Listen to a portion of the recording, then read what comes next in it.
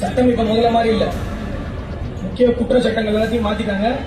ரொம்ப ஸ்ட்ரிக்டா இருக்கு. உங்களை பொருளாதார ரீதியா கூட உங்க எல்லாரையும் உருவாக்க முடியும். காசு இல்லைன்னா நீங்க கஷ்டப்படுறது மட்டும் இல்லாம உங்க குடும்பங்களும் கஷ்டப்படுவாங்க. ரெண்டாவது, சமூகத்துல அமைதி நிலவரம். அமைதி நிலவரம் இந்த குடிச்சிட்டு போய் அகத்தெருவில் சண்டை போடுறது, இந்த அவன் தெருவில் பைக் ஓட்டிட்டு போய் இடிக்கிறது, அங்க அடிச்சுக்கிறது, வெட்டிக்கிறது, இந்த ஜல்லிக்கட்டுல பிரச்சனை பண்றது, கோயில் திருவிழா பிரச்சனை பண்றது, ஆடல் பாடல பிரச்சனை பண்றது, இல்ல சாயங்காலம் ஒண்ணு அவங்க குடிக்கிற இடத்துல பிரச்சனை, இந்த மாதிரிலாம் பண்ணிட்டு இருந்தீங்க அப்படின்னா நீங்க யாரும் நிம்மதியா இருக்க முடியாது. உங்க குடும்பத்தில் இருக்கும் நிம்மதியா இருக்க முடியாது. பார்த்துக்கோங்க. இங்க மொத்தமா ஒரு 300-400 பேர் இருக்கீங்க, அவ்வளவுதான். திருச்சி மாவட்டத்தோட தொகை பாத்தீங்கன்னா ஜனத்தொகைன்னு பாத்தீங்கன்னா 30 லட்சத்துக்கு கொடுக்கு. நீங்க 300-350-400 பேர்னால 30 லட்சம் மக்கள் வந்து நிம்மதியா இருக்க முடியாம இருக்க முடியாது. 300 ஒரு நம்பரே கிடையாது. ஜெயில போனா ஜெயில் வாழ்க்கை போயிடும்.